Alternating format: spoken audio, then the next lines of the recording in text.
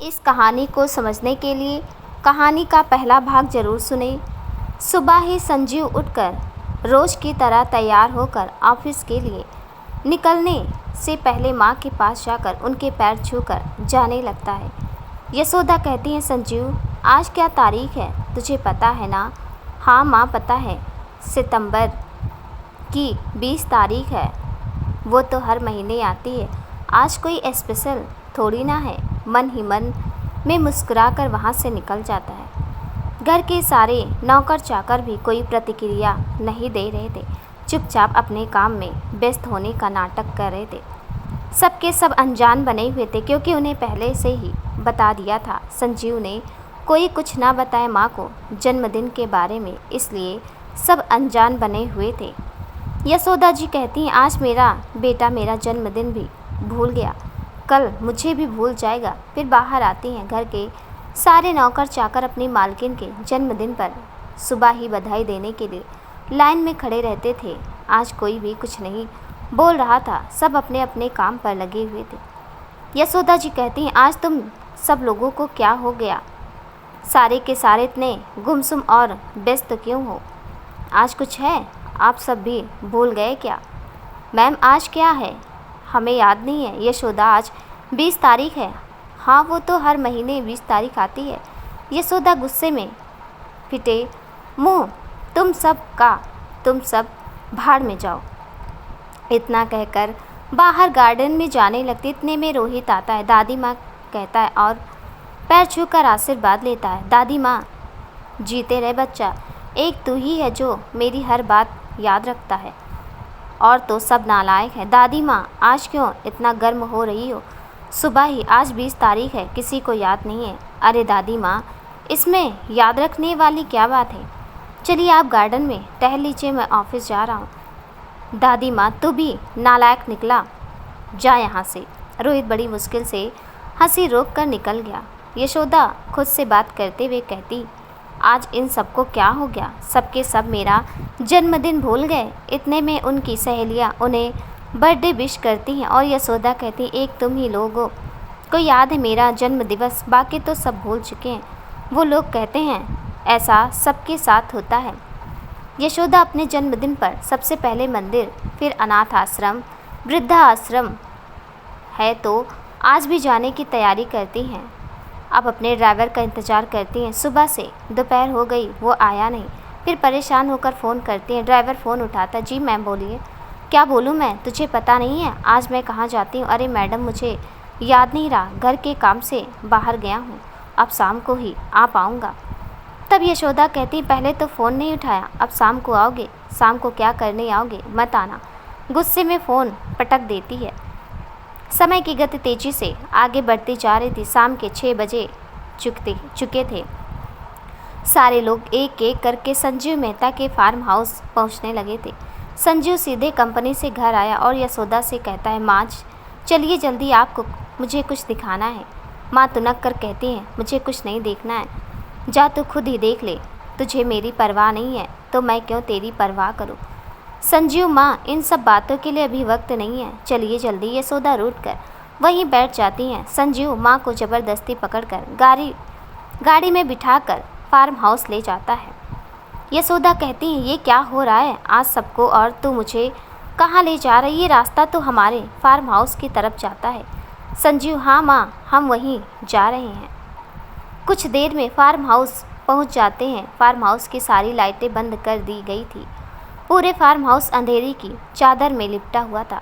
जैसे संजीव अपनी माँ को फार्म हाउस के गेट के अंदर ले जाता है, वैसी सारी लाइटें जगमगा उठी और सारे लोग यशोदा माँ के स्वागत में खड़े थे। फिर सभी लोग हैप्पी बर्थडे विश करने लगे और एक एक करके माँ को जन्मदिन के तोहफे दे रहे थे। जब फार्म हाउस का नज़ारा संजीव और माँ ने देखा तो देखते ही रह गए, कुछ अलग सा लग रहा था। फार्म हाउस के में अंदर जाते खूबसूरत मंदिर बनाया हुआ था और मंदिर के अंदर खूबसूरत कान्हा जी की मूर्ति रखी थी। साथ में सभी भगवानों की मूर्तियों से सजा रखा था। आर्टिफिशियल फूलों के जगह गुलाब के फूलों से फार्म हाउस का हर कोना सजाया हुआ था। मध्यम लाइट की रोशनी से फार्म हाउस जगमगा रहा था। गुलाब की भीनी भीनी खुशबू से पूरा फार्म हाउस महक रहा था। फिर एक तरफ अनाथ आश्रम के बच्चों को बैठाया हुआ था, दूसरी ओर वृद्धाश्रम के बुजुर्गों को बैठाया हुआ था और सब गरीब ज़रूरतमंदों को जो भी दान के लिए कपड़े, खाने पीने का सामान सब एक जगह रखा गया था। माँ ने ये सब नज़ारा देखा तो उनका दिल भर आया और आंखों से आंसू छलक पड़े और अपने बेटे को प्यार से गले लगाकर सर में हाथ फेर कर रोने लगी। संजीव कहता है, माँ क्या हुआ, क्यों भावुक हो रही हो?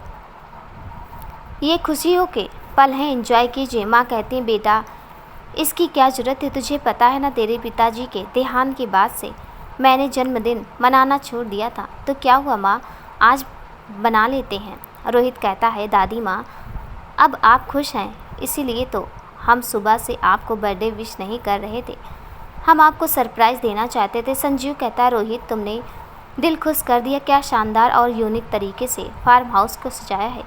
ये सब देख मैं भी आश्चर्यचकित हो गया हूँ, तुम्हारे अंदर ये टैलेंट भी है।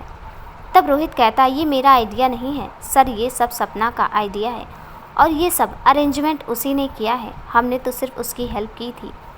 संजीव कहता है, सच में मुझे विश्वास नहीं हो रहा है, वो लड़की इतनी टैलेंटेड है और ऐसा सोच भी सकती है। मैंने ये कभी सोचा नहीं था वो हर काम इतनी खूबसूरती से कर सकती है। पर कहाँ है वो, दिख नहीं रही। दादी माँ कहती, हाँ रोहित कहाँ है वो जिसने मेरे जन्मदिन के लिए इतनी मेहनत की है, मैं उससे मिलना चाहती हूँ। वैसे तेरे मुंह से उसके गुणगान तो बहुत सुना है, आज मिल भी लेती हूँ।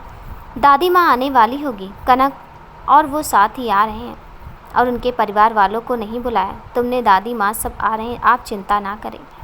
यशोदा कहती, इतनी बड़ी पार्टी तो तूने मेरे लिए ऑर्गेनाइज कर लिया, पर मेरा तोहफा कहाँ है, ला दे।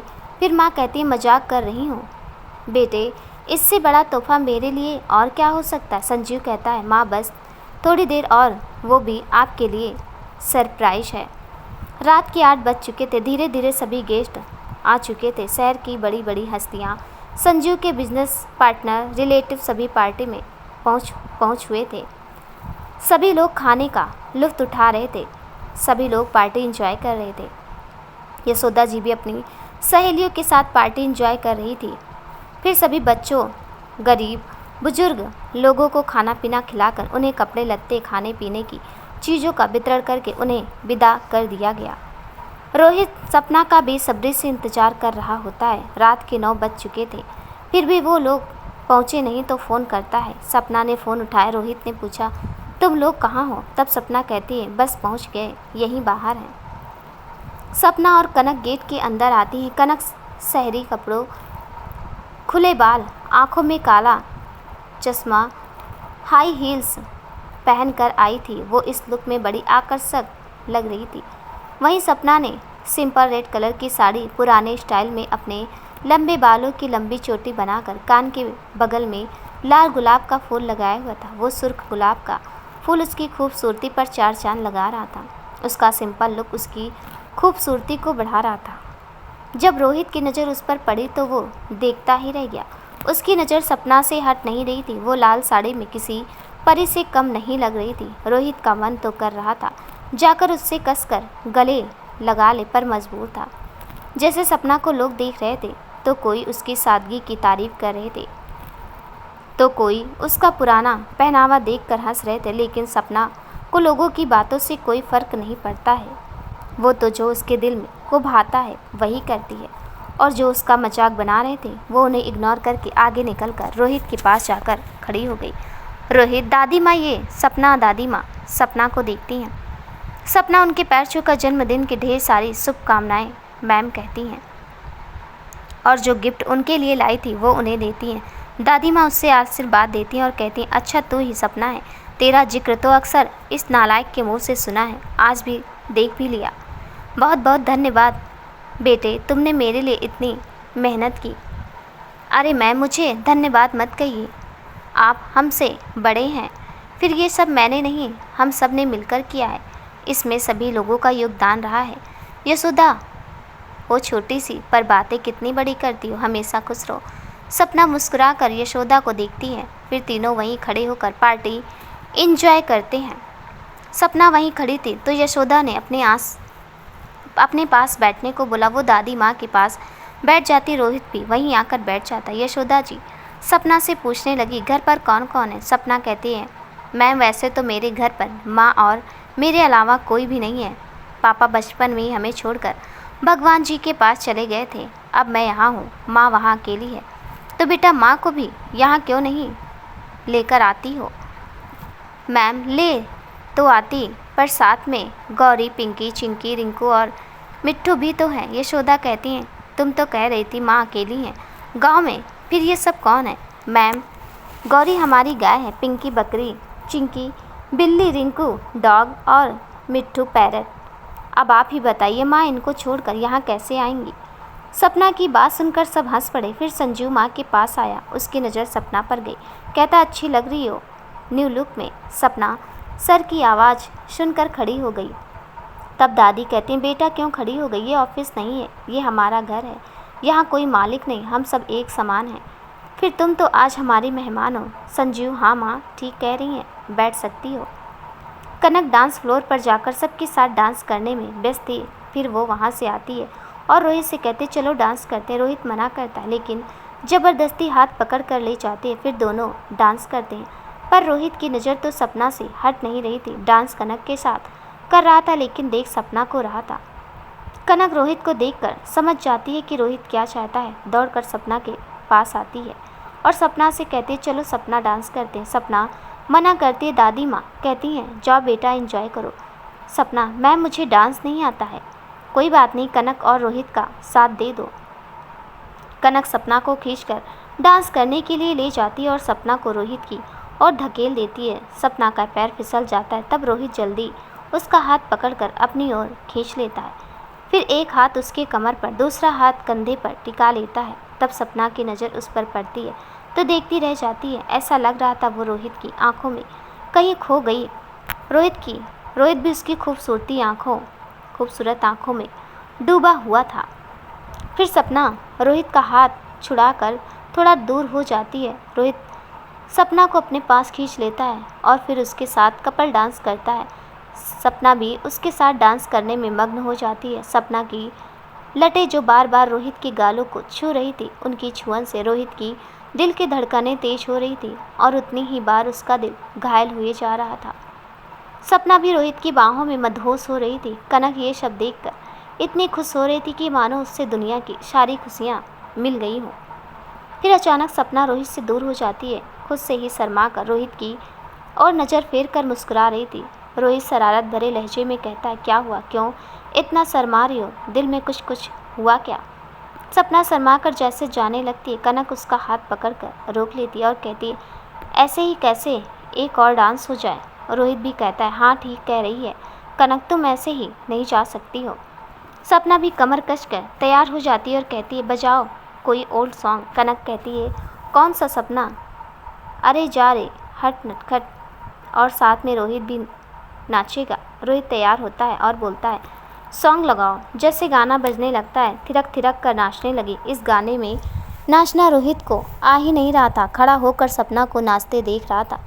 सपना का यह रूप देखकर दंग रह जाता और बाकी के गेस्ट संजू, यशोदा सपना को नाचते देखकर सब हैरान रह गए और उसका नाच सभी इंजॉय कर रहे थे। जैसे गाना खत्म हुआ, सपना सबको देखती है तो शर्मा जाती है और रोहित और कनक के पीछे जाकर खड़ी हो जाती है। रोहित सपना को छेड़ते हुए कहता है, मैं तो तुम्हें भोली भाली गांव की छोरी समझा था, पर तुम तो बड़ी नटखट निकली रे। कनक, मैं भी यही कहती है, तुम तो नटखट निकली रे। तीनों हंसने लगे। इतने में फार्म हाउस की गेट के अंदर हैंड्स जवान एंट्री करता है। फिर दौड़कर आता है और यशोदा के पैर छूकर बर्थडे विश करता है। यशोदा उससे गले लगकर रोने लगती हैं। फिर वो संजीव के पैर छूकर उनके गले मिलता है। संजीव कहता है, वेलकम माय सन। संजीव कहता है, माँ आपका गिफ्ट आज का सरप्राइज। यशोदा जी कहती हैं, इससे बड़ा गिफ्ट मेरे लिए और क्या हो सकता है। सरप्राइज भी बहुत ही अच्छा दिया तूने। आज 5 साल बाद मैं अपने जिगर के टुकड़े को देख रही हूँ। मुझे तो लगा था इसका मुंह देखे बिना ही दुनिया से चली जाऊंगी। अरे मेरी जान, क्यों इतने मोटे मोटे आंसू गिरा रही हो? आपकी जान को मैं ऐसे थोड़ी ना जाने दूंगा। अभी तो आपको पर पोते पोतियों का मुंह देखना है। कहकर साहिल अपनी दादी माँ के पैर आंसू पोंछकर अपने गले से लगाता है। संजीव साहिल से कहता, तुम्हें आने में इतनी देर क्यों हो गई? साहिल, पापा, फ्लाइट 1 घंटा लेट हो गई थी। ओके, अब तुम अपनी जान के साथ गपशप करो। तब रोहित साहिल के पास आता है और बोलता है, यार इतना बड़ा सरप्राइज़ दिया तूने, मैं तो शॉक रह गया। हाँ, ये प्लान पापा का था, इसलिए तुम्हें नहीं बताया। छोड़ इन बातों को और गले लग जा। दोनों गले मिलकर बचपन की तरह मस्ती करते हैं। साहिल की नज़र कनक पर पड़ती है। कहता है, यार रोहित, वो कौन खड़ी है? मुझे तो कोई चुड़ैल नज़र आ रही है। तब रोहित कहता है, चुड़ैल? आ तू भी अपने दुश्मन के गले लग जा। कनक कहती है, तुम दोनों को मैं चुड़ैल लग रही हूँ? अभी बताती हूँ। उन दोनों के पीछे भागती और दोनों के कान पकड़कर कहती, बताओ मैं चुड़ैल हूँ? रोहित और साहिल एक ही स्वर में बोलते हैं, नहीं, तू हमारी बचपन की बेस्ट फ्रेंड है। तब तीनों एक दूसरे से लिपट जाते हैं। पार्टी खत्म हो गई, सब मेहमान चले गए थे। अब सपना भी घर जाने के लिए निकल रही थी। कनक और रोहित उसे छोड़ने जा रहे थे तो यशोदा ने उन्हें रोकते हुए कहा, रोहित, सपना कहीं नहीं जाएगी, हम सबके साथ आज यहीं फार्म हाउस में रहेगी। हम भी आज घर नहीं जा रहे हैं, तो तुम दोनों इसे कहो कहाँ ले जा रहे हो? सपना कहती, मैम मैं यहाँ नहीं रुक सकती, घर वाले गुस्सा हो जाएंगे। यशोदा कहती हैं, सबसे पहले तो तुम मुझे मैम नहीं दादी माँ कहो। रही बात घर जाने की, तो तुम कहीं नहीं जा रही हो, यहीं रहोगी।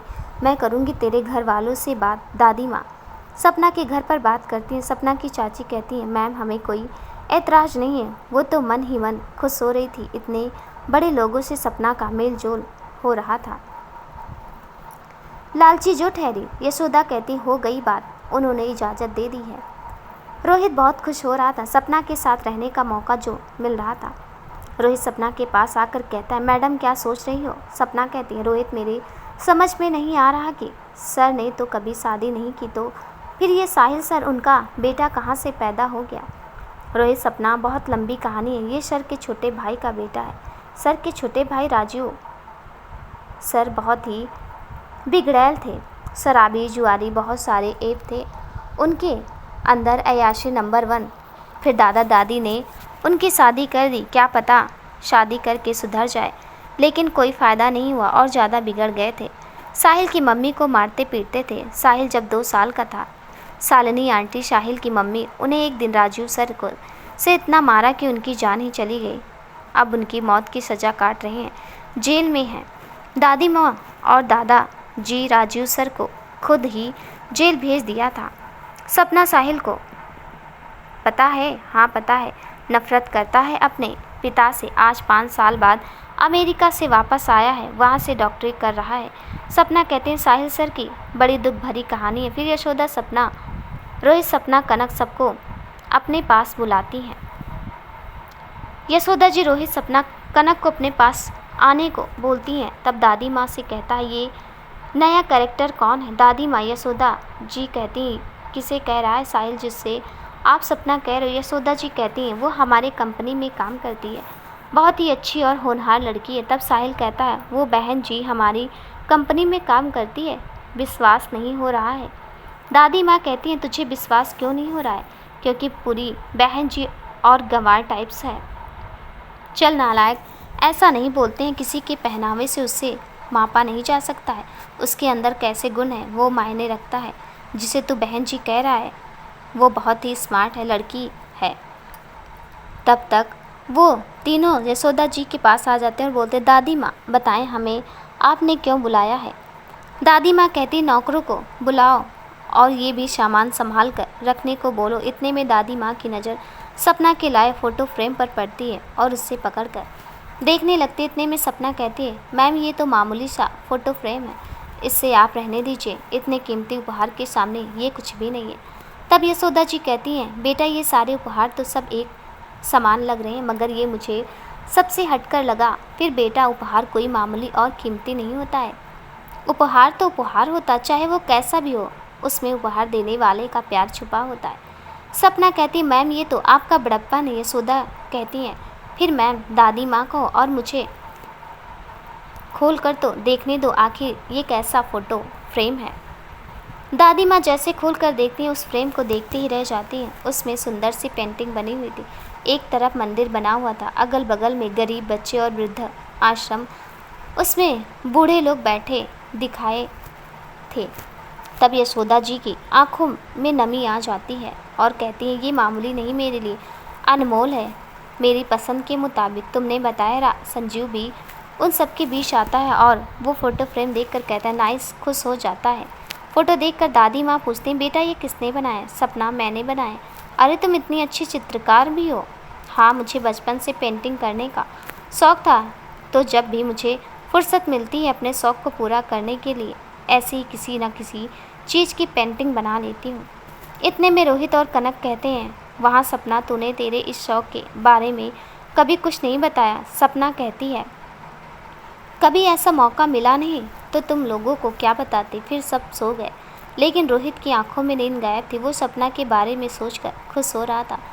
कैसे सपना उसके साथ डांस कर रही थी। आज उसकी आंखों में मेरे लिए प्यार नज़र आ रहा था। क्या वो भी मुझसे प्यार करने लगी है? उधर सपना भी रोहित के ख्यालों में खोई हुई थी। वो रोहित के बारे में सोच कर मुस्कुरा रही थी। फिर खुद से कहती है, क्यों मैं रोहित के बारे में इतना सोच रही हूँ? क्यों उसके लिए मुझे इतना अच्छा फील हो रहा है? इसी उधेड़ बुन में कब उसकी आंख लग गई पता ही नहीं चला। अगले दिन सब अपने अपने काम में व्यस्त हो गए। समय की गति तेजी से आगे बढ़ती गई और साहिल को इंडिया आए हुए 1 महीना बीत चुका था। उसका वापस जाने का समय भी आ गया। इस 1 महीने में सपना और यशोदा जी की मुलाकातों का सिलसिला चलता रहा। यशोदा कोई भी काम हो तो सपना को अपने पास बुलाती और हर छोटे मोटे काम के लिए सपना को अपने पास बुलाती थी। वो सपना को बहुत प्यार करने लगी और सपना भी यशोदा जी में अपनी माँ की छवि को देखती और दादी माँ से बहुत प्यार करती थी। इस दौरान सपना की माँ भी सपना के पास दिल्ली आई हुई थी। सपना बहुत ही खुश थी।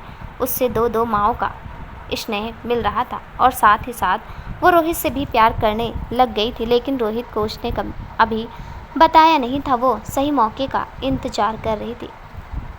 यशोदा साहिल को अपने पास बुलाती है और कहती है, बेटा अब मेरी ज़िंदगी का कोई भरोसा नहीं है। मैं बूढ़ी हो चुकी हूँ। पता नहीं तेरे वापस आने तक मैं ज़िंदा रहूँगी भी नहीं।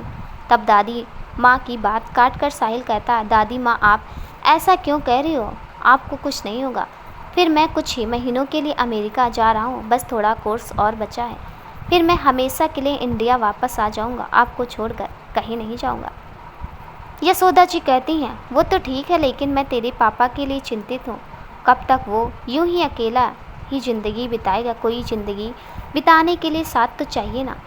शादी कर कहती हूँ तो हमेशा बूढ़ा होने का नाटक कर बात को टाल देता है। अब तू ही बता मैं क्या करूँ? दादी माँ पापा को शादी के लिए मैं मनाता हूँ। आप निश्चित रहिए, मेरी बात को वो कभी नहीं टाल सकते। रात डिनर के बाद साहिल संजीव के पास जाकर बैठ जाता है और कहता है, पापा आप शादी क्यों नहीं कर लेते? कब तक यूँ उस राखी आंटी के याद में कुंवारे बैठे रहोगे? संजीव कहता है, साहिल तेरा दिमाग ख़राब हो गया। इस उम्र में मैं शादी कर लूँ? क्या बेतुकी बातें कर रही हो? और किसने कहा तुम से कि मैं उस औरत को आज भी प्यार करता हूँ? उससे तो मैंने अपनी ज़िंदगी से तभी निकाल फेंक दिया था जब वो मुझे धोखा देकर चली गई थी। साहिल कहता है, तो आज तक आपने शादी क्यों नहीं किया? संजू, जब मेरी शादी की उम्र थी तब मैं इसको घर को संभालने में इतना मशरूफ़ था कि मुझे होश ही नहीं रहा। अब मेरी शादी की उम्र निकल चुकी है तो तुम मुझसे शादी करने को कह रहे हो? साहिल, पापा किसने कहा आपकी उम्र निकल गई है? लोग आपकी उम्र में जीना शुरू करते हैं, फिर ये आपको क्यों लग रहा है कि आपकी शादी की उम्र निकल गई है? ऐसे बहुत से लोग हैं जो आपसे भी ज़्यादा उम्र में शादी कर अपना घर बसा रहे हैं और दादी माँ भी यही चाहती हैं कि उनके रहते आप शादी करें और अपनी ज़िंदगी आगे बढ़ाएं। मुझे नहीं करनी है शादी। मैं सोच रहा हूँ तेरी शादी कर दूँ। बता क्या कहता है? पापा बात मत घुमाइए, शादी करनी है या नहीं ये बताइए। तो सुनो मेरा जवाब, मुझे शादी नहीं करनी है और आज के बाद कभी इस बारे में बात मत करना। संजीव वहाँ से चला जाता है। दादी माँ साहिल से कहते हैं, बेटा संजीव अगर शादी के लिए हाँ करता तो मैं कब की उसकी शादी कर चुकी होती। तुझे तो पता है वो कितना जिद्दी है। वो तो नहीं करेगा शादी। अब इस बारे में तू ही सोचना। अब मेरी ज़िंदगी का कोई भरोसा नहीं है। इस घर को संभालने के लिए एक औरत की ज़रूरत है। साहिल कहता है, दादी माँ मुझे 6 महीने का वक्त दे दीजिए। मैं अपना कोर्स पूरा करके आता हूँ, फिर इस बारे में सोचता हूँ और आप मैं आपकी खुशी के लिए दादी शादी करने को तैयार हूँ। दादी माँ कहती हैं, सच जीता रहे मेरा बच्चा। साहिल अपनी पूरी पढ़ाई करने अमेरिका चला जाता है। दादी माँ चाहती हैं कि साहिल से पहले संजू शादी कर ले, लेकिन उनके समझ में नहीं आ रहा था कि वो क्या करे जो संजू शादी के लिए तैयार हो जाए। इधर सपना ने रोहित को बताया दिया था वो उससे प्यार करने लगी। रोहित की खुशी का ठिकाना ना रहा। सपना ने उससे प्रपोज जो कर दिया था। सपना ने अपनी और रोहित के रिश्ते की बात अपनी माँ को भी बता दिया था। उसकी माँ भी बहुत खुश थी। सपना की माँ चाहती थी कि वो दोनों शादी कर लें, पर सपना अभी तैयार नहीं थी। तो उसने अपनी माँ और रोहित से यही कहा कि मैं अभी शादी के लिए तैयार नहीं हूँ, मुझे अभी आगे पढ़ाई भी करनी है, तो थोड़ा और इंतज़ार करना पड़ेगा। रोहित कहता, ठीक है सपना, जैसे तुम्हें ठीक लगता है वैसा ही करो, मैं तुम्हारे साथ हूँ। सपना बहुत खुश होती है और अपनी मम्मी को समझाती है। राधा कहती है, बेटा जैसा तुझे ठीक लगे, मैं भी तेरे साथ हूँ। सपना छोटे बच्चे की तरह अपनी माँ के सीने से चिपक जाती है। रोहित संजीव सर से मिलता और कहता है, सर सपना भी मुझसे प्यार करने लगी है। तब संजीव कहता है, ये तो बहुत अच्छी बात है, तुम्हारे यूरोप से आते ही तुम दोनों की शादी कर देता हूँ। रोहित खुश होकर वहाँ से चला जाता है। अगले दिन रोहित कहता है, सपना मुझे कंपनी के काम से 6-7 महीने के लिए यूरोप जाना है। सपना कहती है, कब जाओगी? कल ही निकलना है। सपना मायूस होकर कहती है, इन महीनों में मैं तुम्हारे बिना कैसे रहूँगी? रोहित कहता है, बस तुम मेरी फ़ोटो सीने से लगाकर महसूस करना कि मैं तुम्हारे साथ ही हूँ। फिर देखो ये महीने चुटकियों में निकल जाएंगे। फिर मैं तुमसे रोज़ वीडियो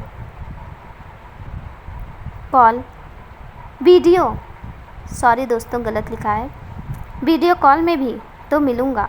ठीक है सपना, ठीक है। सपना रोहित को छेड़ते हुए कहती, वहाँ से तुम किसी गोरी को साथ लेकर तो नहीं आओगे? रोहित कहता है, क्या पता, हो सकता है। सपना कहती, अगर ऐसा हुआ तो मैं तुम्हारी जान ले लूँगी।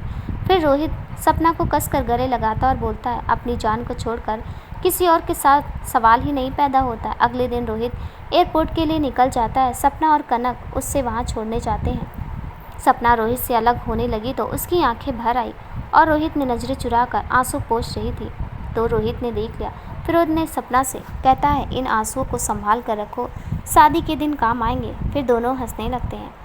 रोहित कनक से कहता है, मैं अपनी जान को तुम्हारे हवाले करके जा रहा हूँ, इससे संभाल कर रखना। कनक, हाँ ठीक है, अब जाओ भी।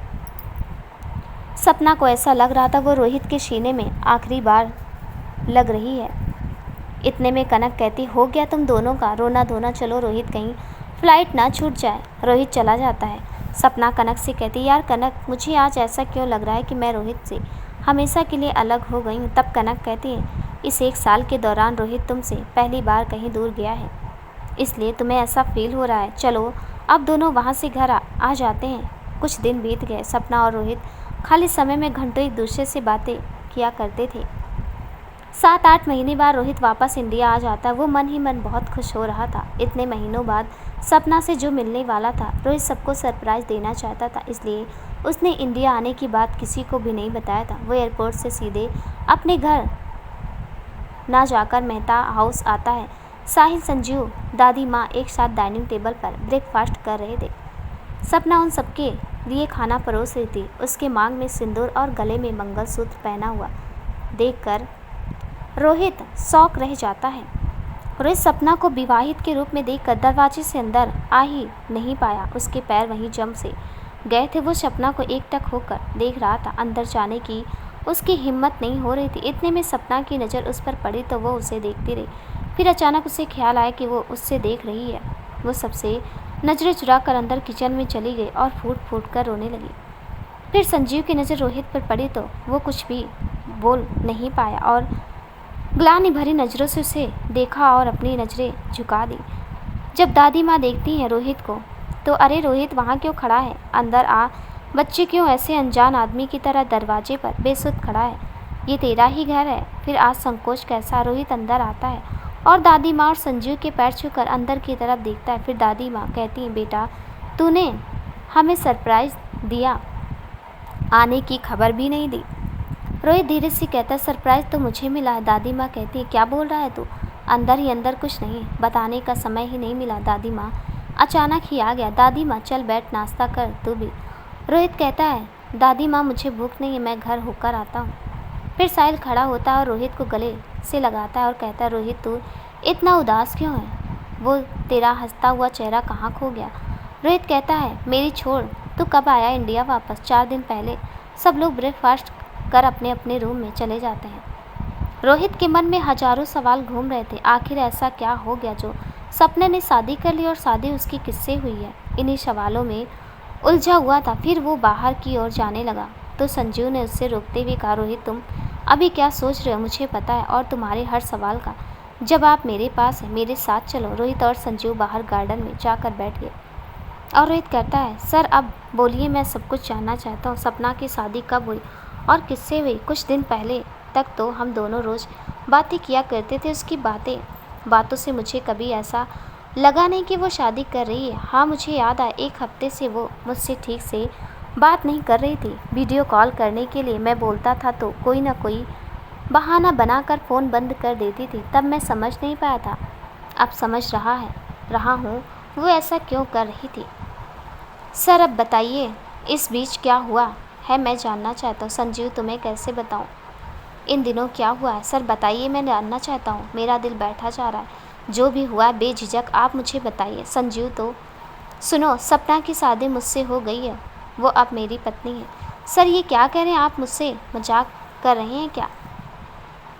नहीं रोहित ये मजाक नहीं है, सच है। रोहित ये बात सुनकर सन्न रह जाता है, बोलने की हालत में नहीं था।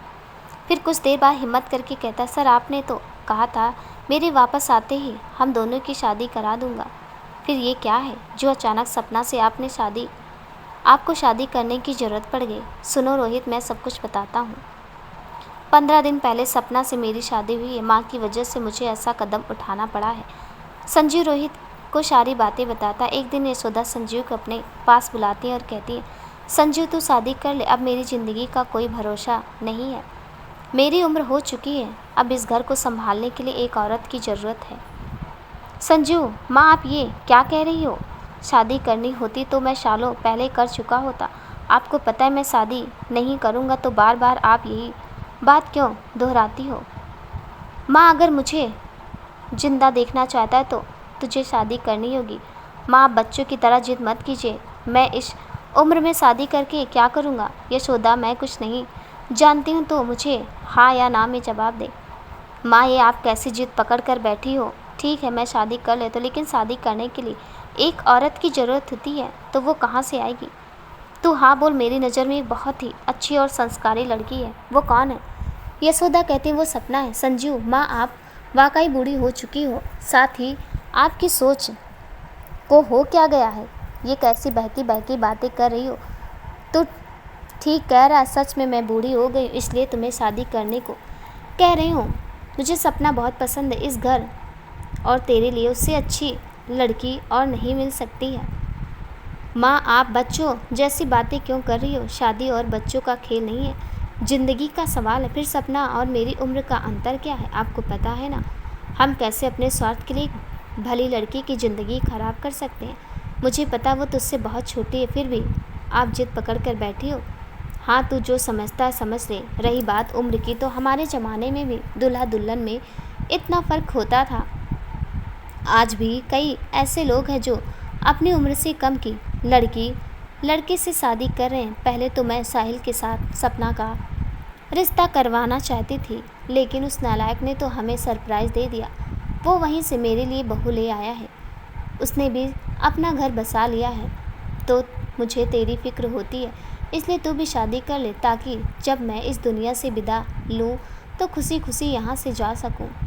संजीव माँ पहली बार तो आप मुझे छोड़कर कहीं नहीं जा रही हो। मैं आपको उन्हें कहीं नहीं जाने दूँगा, समझ गई आप? माँ तो कर ले शादी।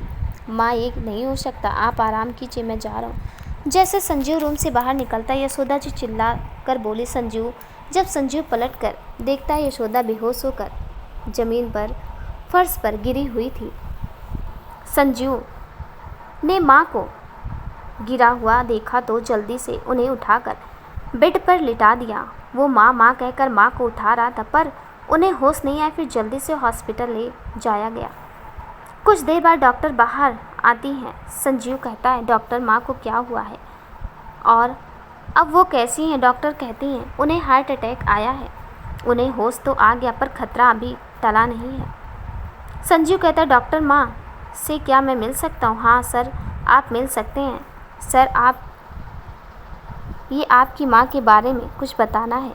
संजीव, हाँ डॉक्टर बताएं, आप क्या बताना चाहते हैं? सर, आपकी माँ अब कुछ दिनों की मेहमान है, उन्हें कभी भी कुछ भी हो सकता है, इसलिए आप उनसे कोई ऐसी बात ना करें जो उनके लिए घातक हो।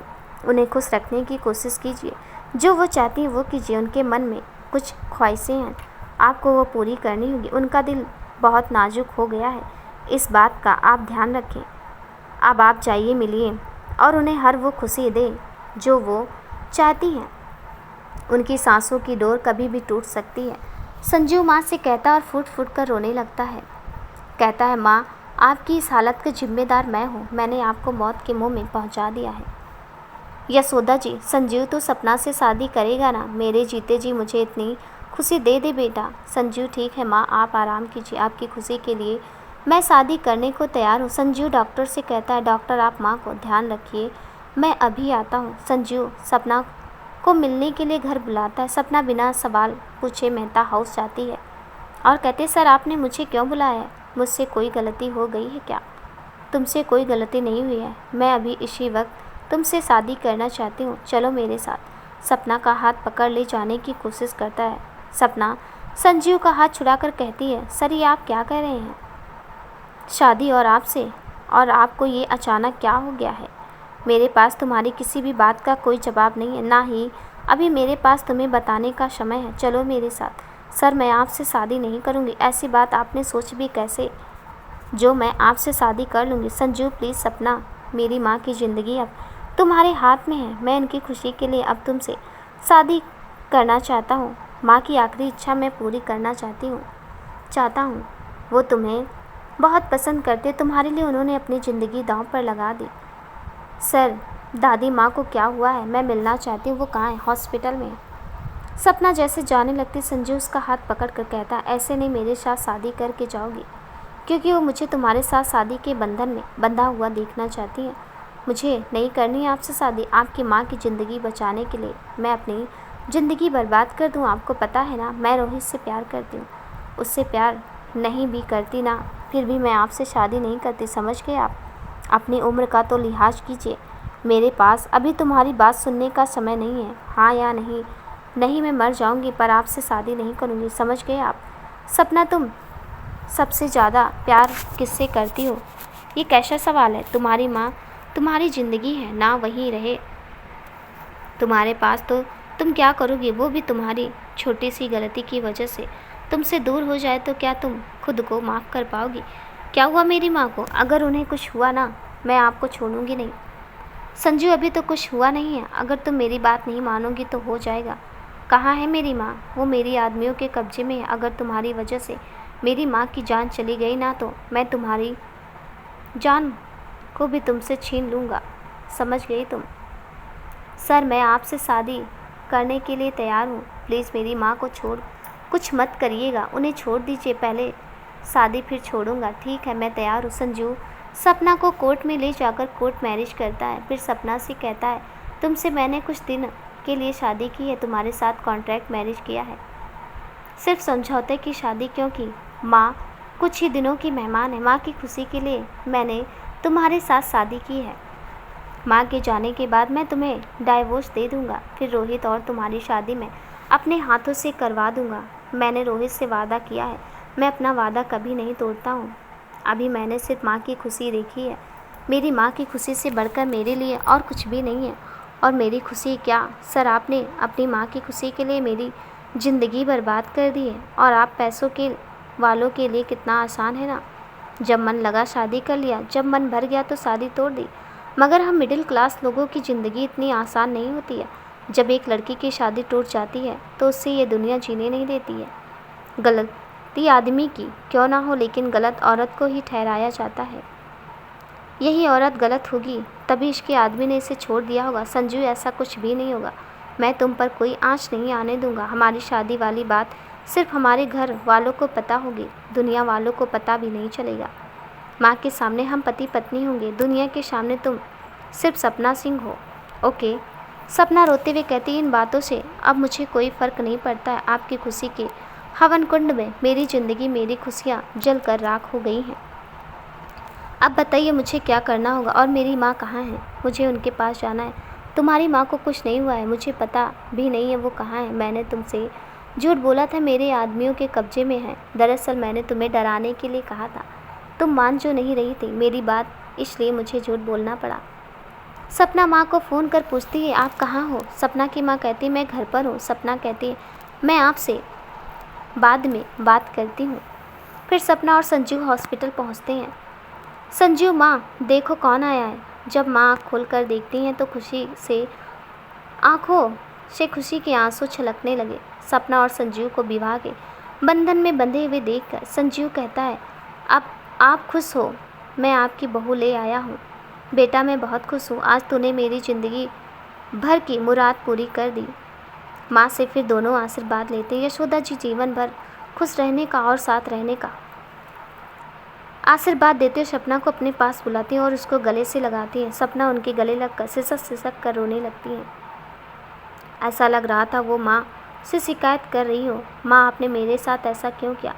तब यशोदा जी कहती हैं, बेटी मुझे माफ़ कर दे, मेरी वजह से संजू को तेरे साथ शादी करनी पड़ी, पर तू चिंता ना कर, तुझे ये बहुत खुश रखेगा और तुम्हारी शादी सक्सेसफुल रहेगी, ये मेरा विश्वास है।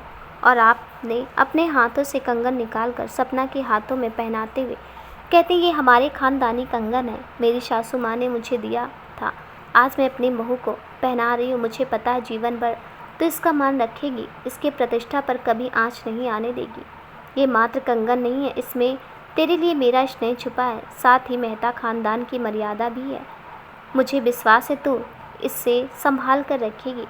सपना कहते, दादी माँ इसकी ज़रूरत नहीं है, मैं अभी इस जिम्मेदारी को निभा नहीं पाऊँगी, आप अपने पास ही रखिए। संजीव कहता है, माँ सपना ठीक कह रही है, अभी आप अपने पास ही रखिए। यशोदा कहती है, तुम दोनों चुप रहो, मुझे पता है क्या करना है और विश्वास भी है, सपना ये जिम्मेदारी बखूबी निभाएगी। कुछ दिन बाद यशोदा को हॉस्पिटल से डिस्चार्ज मिल जाता, वो घर आती है और अपनी बहू का स्वागत बड़े प्यार से करती है। वर्तमान संजीव कहता, रोहित अब तुम ही बताओ मैं क्या करता, माँ की खुशी के लिए जो मेरे समझ में आया मैंने कर दिया, मैं तुम्हारा गुनहगार हूँ, तुम मुझे जो सज़ा देना चाहते हो दे सकते हो, तुम्हारी ज़िंदगी मैंने तुमसे छीन ली है। तब रोहित कहता, सर आप ऐसा मत कहिए, ये ज़िंदगी आपकी दी हुई है, ऐसी मेरी 1000 ज़िंदगी आप पर कुर्बान है, मेरी खुशी है मैं आपके कुछ तो काम आ सका, और मैं आपकी जगह होता तो मैं भी यही करता जो आपने किया है। दादी माँ हम सब की जान है। साहिल कहता है, भाई पहले मैं भी तेरी तरह शौक रह गया था और गुस्सा भी था पापा और सपना की शादी पर। जब पापा ने मुझे ये सब कुछ बताया तो मुझे पापा पर गर्व हुआ कि कैसे इन्होंने ज़िंदगी भर दूसरों की खुशी के लिए अपनी खुशी की परवाह नहीं की। मुझे प्राउड फील हो रहा है, मैं इनका बेटा हूँ। तब संजीव कहता, रोहित तुम जाकर सपना से मिल लो, वो बहुत दुखी है, हो भी क्यों ना, उस लड़की के साथ कितना कुछ हो गया है, जाओ तुम उससे समझा लो, जैसे सब ठीक हो जाएगा तो मुझसे शादी कर लोगी। रोहित कहता, ये सब तो ठीक है सर, राधा माँ को आप और सपना की शादी का पता चला कि नहीं? अगर उन्हें पता है तो क्या कहा उन्होंने? बेचारी क्या कहती, सब अचानक देखकर बहुत ही दुखी हैं। पता तो चल गया है कि हमारी कुछ दिनों की शादी है, फिर भी उनके लिए बहुत बड़ी बात है। फिर रोहित सपना से मिलने जाता है। सपना रोहित को देखकर दौड़कर उसके पास आती है और कुछ सोचकर उसके कदम वहीं रुक जाते हैं। रोहित कहता है, क्या हो सपना, क्यों रुक गई, मेरे पास नहीं आओगी? सपना कहती है, रोहित मेरी ज़िंदगी अब बदल गई है, तुम बताओ कैसे आए यहाँ? तब दोनों ढेर सारी बातें करते हैं। समय आगे बढ़ता गया। सपना धीरे धीरे उस घर में एडजस्ट होने लगी। सपना और संजीव की शादी को 6 महीने हो चुके थे। अब दोनों धीरे धीरे एक दूसरे का ध्यान रखने लगे थे। सपना के मन से संजीव के प्रति जो नाराज़गी और कड़वाहट थी वो खत्म होने लगी थी। अब सपना संजीव के खाने पीने से लेकर उसे कपड़े तक का ध्यान खुद ही रखती थी। नौकर चाकर सिर्फ उसकी हेल्प करते थे बाकी वो खुद ही करती थी। संजू सपना को मन ही मन प्यार करने लग गया था। उसकी हर खुशी का ख्याल रखता था, उससे किसी चीज़ की कमी नहीं होने देता था। सपना से घर में सभी सारे खुश थे। घर के नौकर चाकर भी बहुत ही खुश रहते थे। वो नौकरों को नौकरी की तरह ट्रीट नहीं करती थी, वो उन्हें घर के सदस्यों की तरह रखती, उन्हें उतना ही मान देती थी जितना उन्हें मिलना चाहिए। सपना को नौकर भी बहुत ही प्यार करते थे। सपना साहिल की भी अच्छी दोस्त हो गई थी। साहिल और साहिल की पत्नी कृति सपना खाली समय में बहुत ही मस्ती किया करते थे। वो दोनों कभी कुछ लापरवाही करे तो सपना दादी अम्मा बनकर उनकी क्लास लगाती, क्योंकि सपना को हर काम परफेक्ट चाहिए होता था। एक दिन डाइनिंग टेबल पर सब डिनर कर रहे थे। सपना और कीर्ति खाना परोस रहे थे। खाना परोस कर कीर्ति साहिल के साथ बैठकर खाने लग गई। सपना खड़ी होकर सबको देख रही थी, किसी को कुछ चाहिए तो नहीं। तब साहिल कहता, दोस्त तुम भी बैठो, सबके साथ खाओ खाना, क्यों हमारे सर पर खड़ी हो, जो भी चाहिए हम खुद ले लेंगे। सपना फिर भी खड़ी रहती और संजू की तरफ देखती। दादी माँ क्या देख रही हो, बैठो। फिर भी वो नहीं बैठते। तब साहिल मजाकिया अंदाज में कहता, क्या पता वो पापा का इंतज़ार कर रही हो, जब तक पापा बैठने को नहीं कहेंगे तब तक वो बैठेंगी नहीं। वो संस्कारी पत्नी है, हमारी जैसी बेशर्म थोड़ी ना है। धड़ाम आकर बीच में बैठकर खाने लगी कीर्ति अपने पैरों से साहिल के पैर पर मारती हैं, फिर दोनों हंसने लगते हैं। संजू सपना की तरफ देखता और बोलता है, बैठकर खाना खा लो। तब सपना साहिल और कीर्ति के बीच में आकर बैठ जाती है। सब हंसने लगे। तब साहिल कहता है, ओ मेरी दादी अम्मा कबाब में हड्डी क्यों बन गई, हमारे बीच बैठ कर जाकर वहाँ बैठो। सपना की मासूमियत और भोलेपन पर संजू को प्यार भी आ रहा था और उसे देखकर मुस्कुरा भी रहा था। फिर सपना उठकर दादी माँ के बगल में बैठ जाते। साहिल कहता है, हे भगवान, कहाँ जाकर सिर मारूं, इतनी बुद्धू लड़की कहीं देखी नहीं। सपना तपाक से बोलती है, वही टेबल पर मार ले, सिर कहीं जाने की ज़रूरत ही नहीं है। सब हंस पड़े और दादी माँ ने कहा, संजू के बगल में जाकर बैठ, अपने पति के साथ बैठकर खाना खाने से प्यार बढ़ता। सपना उठकर संजू के बगल में जाकर बैठ जाती और माँ कहती है, संजू तू तो कब से खाना ठूसने में लगा, बेचारी सपना कब से भूखी, अपने हाथों से खाना खिला। सपना कहती है, इसकी ज़रूरत नहीं है दादी, मैं खुद खा लूँगी। संजू अपने हाथों से उससे एक निवाला खिलाता है। तब साहिल कहता है, ये हुई ना बात, अब अच्छी लग रही है, दो हंसों की जोड़ी। संजू कहता है, चुप कर नालायक। साहिल कहता, वैसे दादी माँ आपने पापा के लिए अच्छी बहू पसंद की है, दोनों की आदतें बिल्कुल एक जैसी, सब कुछ परफेक्ट और समय पर चाहिए। समय के दोनों कितने पाबंद हैं और दादी माँ इतने कम समय में सपना ने कितनी अच्छी तरह से इस घर को संभाल लिया। आप भी सपना की देखभाल से बिल्कुल तंदुरुस्त हो गई हो, मौत को भी हरा दिया आपने। वो क्यों हुआ है? सपना की वजह से ऐसी नर्स, ऐसी डॉक्टर और ऐसी बहू हो घर पर, तो किसी को क्या तकलीफ़ हो सकती है। सपना हर रोल को बखूबी निभा रही थी। माँ कहती हैं, वो तो तूने बिल्कुल सही कहा साहिल, सपना जैसी बहू पाकर मैं धन्य हो गई। सपना की तारीफ सुनकर संजू को सपना पर गर्व हो रहा था और प्यार भी बहुत आ रहा था। अगले दिन सपना दादी माँ के कमरे की सफाई कर रही थी, सारी चीज़ें अच्छे से संभाल कर रख रही थी। फिर उसे उनके बिस्तर के नीचे उनके हॉस्पिटल की रिपोर्ट और दवाइयाँ पड़ी हुई मिली। सपना ने रिपोर्ट को देखा तो दंग रह गई। वो दादी माँ से पूछने लगी, जाने लगी, इतने में कुछ सोच कर रुक गई। शाम को संजू का आने का इंतज़ार करने लगी।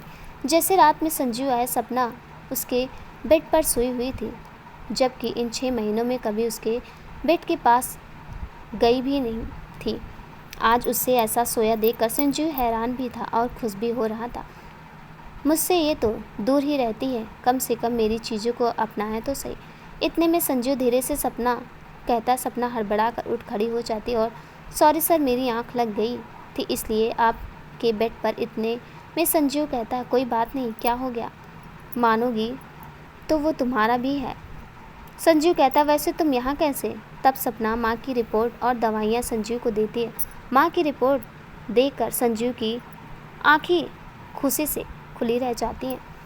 संजू सपना से कहता, उस डॉक्टर को फ़ोन कर पूछता हूँ आखिर वो ऐसी गलती कैसे कर सकती है। सपना कहती, कोई फ़ायदा नहीं, मैं उनसे बात कर चुकी हूँ, वो ये सब उन्होंने दादी माँ के कहने पर किया है। दादी माँ ने उन्हें मजबूर किया था झूठी रिपोर्ट बनाने के लिए, इसमें डॉक्टरों की कोई गलती नहीं है। सपना कहती उन्होंने इतना बड़ा झूठ क्यों बोला है, वो भी मुझे डॉक्टर से ने सब कुछ बता दिया है। माँ ने इतना बड़ा झूठ क्यों बोला है, आपको इतनी भी बात समझ नहीं आई।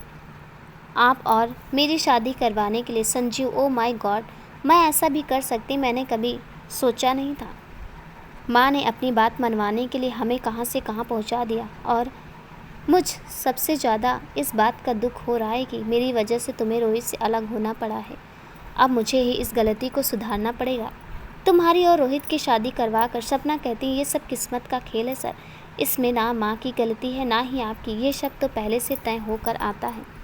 हमारे साथ क्या होने वाला है, माँ तो सिर्फ एक जरिया थी, खेल तो ऊपर वाले ने रचा है, फिर आप माँ और खुद को दोषी क्यों ठहराया है। संजीव कहता है तुम इतनी छोटी उम्र में कितनी बड़ी बड़ी बातें करती हो, इतनी हिम्मत कहाँ से लाती हो। सर वक्त हमें सब कुछ सिखा देता और सहने की शक्ति भी वही देता है। अब आप माँ से कुछ मत कहिए, जो हो रहा है होने दीजिए। माँ से तो बात करनी पड़ेगी, तभी तो तुमसे डाइवोर्स ले पाऊँगा। संजीव की ऐसी बात सुनकर सपना को दुख होने लगा था, शायद वो भी संजीव से प्यार करने लगी थी। संजीव रिपोर्ट लेकर माँ के पास जाता और कहता माँ ये क्या है, आपको कुछ भी नहीं हुआ था, आपको कोई बीमारी नहीं है, आपको कोई हार्ट अटैक नहीं आया था, आपने इतना बड़ा झूठ सिर्फ इसलिए बोला कि आपकी जिद पूरी हो जाए। मैं तो हर रोज़ इसी चिंता में रहता था कब मेरी माँ मुझसे जुदा हो जाए, दिल मेरा हमेशा ही डरता रहता था। मेरी छोड़ो माँ, मैंने ये 6 महीने जैसे गुजारे वो मैं ही जानता हूँ। लेकिन माँ आपको पता है आपकी इस गलती से 2 प्यार करने वाले जुदा हो गए। माँ बेटा ये तो क्या कह रहा है, मुझे साफ साफ बता कौन 2 प्यार करने वाले जुदा हो गए।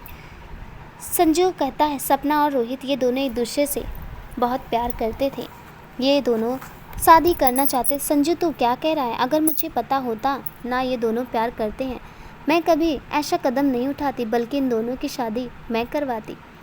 रोहित इस घर का बच्चा है, जितना प्यार मैं तुझे करती और साहिल को भी करती हूँ, उतना ही प्यार उससे भी करती हूँ। हे भगवान, मुझसे ये गलती कैसे हो गई, मुझे माफ़ कर दे। सपना बच्चा, तू अकेले ही इतना सब कुछ सहती रही, लेकिन कभी मुझे इस बात का एहसास नहीं होने दिया। रोहित ने भी कभी इस बात को जाहिर नहीं होने दिया। मुझे माफ़ कर दो बच्चों। साहिल कहता है दादी माँ इसमें आपकी कोई गलती नहीं है, आप ही कहती हैं ना जोड़ी तो ऊपर वाला बना के भेजता है, बस तो सपना और पापा की जोड़ी भी उन्होंने बनाकर भेजा, इसलिए इन दोनों की शादी हो गई। वैसे इन दोनों की जोड़ी बहुत खूबसूरत लगती है, अब इस रिश्ते को आगे बढ़ने दो, बस अब ज़्यादा ड्रामा करने की ज़रूरत नहीं है। संजीव कहता है मैं इन दोनों से वादा किया है, जैसे माँ ठीक हो जाएंगी वैसे मैं इनकी शादी करवा दूँगा। अब माँ को कोई बीमारी नहीं है तो इस रिश्ते का कोई मतलब नहीं है।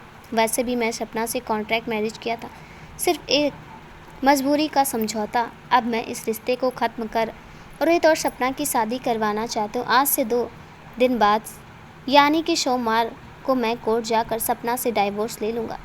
माँ कहते हैं पागल हो गया है तो, ऐसा नहीं हो सकता है, अब सपना तेरी पत्नी है, तेरी ही रहेगी। नहीं माँ, ज़बरदस्ती कोई रिश्ता नहीं बनता है, मैं सपना को इस रिश्ते से आज़ादी दे रहा हूँ, मुझे कोई नहीं रोकेगा। माँ मैं रोकूंगी तुझे नहीं माँ, आप ज़िद्दी हो, या मैं भी आपका ही खून हूँ, जिद मैं भी कर सकता हूँ। ये सब बातें रोहित दरवाजे पर खड़ा होकर सुन रहा होता है तो वहीं से उल्टे पांव लौट जाता है। इतने में सपना बेहोश होकर गिर जाती है। संजू जल्दी से उसे गोद में उठाकर बेडरूम में ले जाता है। डॉक्टर को फ़ोन कर घर पर ही बुलाते हैं। डॉक्टर सपना का चेकअप करके बताता है वायरल फीवर है, टेंशन और कमजोरी की वजह से ये बहुत बेहोश हो गई हैं, कुछ देर में होश आ जाएगा, आप इनका ध्यान रखें और आराम करने दें। फिर सब अपने अपने रूम में सोने चले जाते हैं। लेकिन संजू सपना के पास बैठकर उसका ध्यान रखता है। फीवर चढ़ने पर ठंडी पानी की पट्टी करता है और उसके सर पर तेल लगाकर मालिश कर देता है। सपना गहरी नींद में सो जाती है तो संजू वहाँ से उठकर जाने लगता है। सपना नींद में ही उसका हाथ पकड़कर मुझे छोड़कर मत जाओ कहते। फिर संजू कहता है मैं कहीं नहीं जा रहा हूँ, यहीं हूँ, तुम सो जाओ। फिर सपना संजू के गोद में सर रखकर उसका हाथ पकड़कर बच्चों की तरह सो जाते। संजू उसका सर प्यार से सहलाता और वहीं वो भी सो जाता है। राधा सपना का हाल चाल पूछने आई थी, लेकिन दरवाजे पर खड़ी होकर सब कुछ देख रही थी। तो वहीं से मुस्कुरा कर लौट कर यशोदा जी से कहती, आप चिंता ना करें, जो मैं देख कर आई हूँ इससे यही पता चलता है कि वो दोनों एक दूसरे से प्यार करने लगे हैं और वो अब अलग नहीं होना चाहेंगे। राधा कहती है, यशोदा जी मैं संजू जैसा दामाद पर पाकर धन हो गई, शायद यही ईश्वर की मर्जी भी है। यशोदा जी कहते, हे ईश्वर सब ठीक हो जाए। सुबह जब सपना की आँख खुली उसकी नज़र संजीव पर पड़ी। संजीव बेड के सिरहाने पर अपना सर टिकाकर सोया हुआ था। उसे ऐसा सोया देखकर सपना को बहुत बुरा लगा। फिर संजीव के सिर पर तकिया लगा देती है और कंबल उड़ा देती है। खुद वॉशरूम चली जाती, फ्रेश होकर संजीव के लिए चाय लेकर आती और संजीव को चाय के लिए उठाती। संजीव उठकर कहता है, तुम्हें ये सब करने की क्या ज़रूरत है? आराम नहीं कर सकती हो? कल तुम्हारी तबीयत कितनी बिगड़ गई थी, तुम्हें मालूम है? हाँ सर, मुझे मालूम है। अब मैं बिल्कुल ठीक हूँ। आप रात भर जाग कर मेरा ध्यान रख सकते हैं तो क्या मैं आपके लिए चाय भी नहीं बना सकती हूँ? सपना कहती है, आप फ्रेश हो जाइए, तब तक ब्रेकफास्ट तैयार हो जाएगा। संजीव फ्रेश होकर अपने स्टडी रूम में बैठ जाता और अपने मोबाइल में सपना की फ़ोटो देखकर कहता, सपना तुम्हारे साथ रहते रहते कब मुझे तुमसे प्यार हो गया पता ही नहीं चला। अब तुमसे अलग होने के ख्याल से भी मैं सिहर जाता हूँ। जब तुम चली जाओगी तो मैं तुम्हारे बिना कैसे जी पाऊँगा। रोहित ये सारी बातें सुन लाता है। दर्द तो बहुत हुआ उसके दिल में, मगर वो अपने सर को कभी दुखी नहीं देख सकता था, इसलिए वहाँ से नीचे दादी के साथ जाकर बैठ गया। दादी माँ के साथ मिलकर उन दिनों की घूमने की प्लानिंग करता है। इतने में सपना और संजू तैयार होकर नीचे आते हैं। संजू, रोहित तुम कब आए? सर अभी आया हूँ, अब तुम तैयार रहना, सपना और तुम्हारा एक होने का वक्त आ गया है। सपना ऐसी बात सुनकर वहाँ से जाने लगती है। इतने में दादी माँ कहती हैं, सपना रुको बेटा। सपना वहीं रुक जाती है। यशोदा कहती हैं, संजू अब तूने फैसला कर ही लिया है सपना से रिश्ता तोड़ने का, तो अब मुझे कौन रोक सकता है। मैं चाहती हूँ कि अलग होने से पहले तो सपना को कहीं घुमा ले। बेचारी की शादी जब से हुई है तब से कहीं बाहर नहीं निकली है। संजू, क्या सपना मेरे साथ जाना चाहती है? रोहित कहता है, क्यों नहीं जाना चाहेगी? रोहित कहता है, सपना तैयार हो? सपना हाँ में सिर हिला देती है। रोहित और साहिल कहते हैं, हमने आप दोनों के लिए स्विट्ज़रलैंड का ऑन वीक ट्रिप बुक कर दिया है, जाइए और एंजॉय कीजिए। फिर दोनों स्विट्ज़रलैंड के लिए निकल गए। दोनों वहाँ पहुँच जाते हैं, दोनों साथ में एंजॉय करते हैं। एक दिन दोनों नाइट क्लब जाते हैं और पार्टी एंजॉय करते हैं। संजू ने ड्रिंक ज़्यादा ले लिया था तो सपना उसे होटल ले आई, जैसे बेड पर लिटा रही थी। संजू कहता, आई लव यू सपना, मैं तुम्हें बहुत प्यार करता हूँ, तुम्हारे बिना मैं नहीं जी पाऊँगा, मगर मेरे पास तुम कुछ ही दिनों की मेहमान हो, फिर तुम रोहित के पास चली जाओगी। सपना बहुत खुश हो जाती है, उसका सर उससे प्यार करता है, वो उसे लिपट कर सो जाती है। जब संजू सुबह उठता है और सपना को अपने साथ सोया देख कर वो डर जाता है। फिर रात की सारी बातें उसके दिमाग में घूमती है, रात में क्या हुआ था सब याद आ जाता है। कहता है, सपना से मैं नज़रें कैसे मिला पाऊँगा, मैंने इसके साथ फिर गलत किया है, अब मैं रोहित को क्या जवाब दूँगा। सपना मुझे माफ़ कर दो, कल रात जो भी हुआ गलत हुआ, मैंने ज़्यादा पी ली थी, नशे में बहक गया था। सपना सोने का नाटक कर रही थी, वो सब सुन रही थी। संजू जैसे उठने लगा, सपना ने उसका हाथ पकड़कर अपनी ओर खींच लिया और कहने लगी, आपकी कोई गलती नहीं है, जो भी हुआ हम दोनों की सहमति से हुआ है। मैं भी आपसे बहुत प्यार करती हूँ, मैं अब आपके साथ आपकी पत्नी बनकर रहना चाहती हूँ। सच तुम मुझसे प्यार करती हो? आई लव यू सपना कहकर सपना को गले से लगा लेता है। संजू को फिर रोहित का ख्याल आता है। कहता है, सपना कहती है, रोहित मेरा दोस्त है, आप उसकी चिंता मत कीजिए। एक सप्ताह बाद दोनों इंडिया वापस आते हैं। जैसे ही घर पहुँचते हैं, घर का माहौल देखकर हैरान हो जाते हैं। घर बिल्कुल दुल्हन की तरह सजा हुआ था। रोहित और कनक दूल्हा दुल्हन के जोड़े में मंडप में बैठे हुए थे। संजीव कहता है, साहिल ये सब क्या है? साहिल, पापा रोहित की शादी हो गई है, अब आप और सपना की शादी इसी मंडप में होने वाली है, तो जाइए तैयार हो जाइए।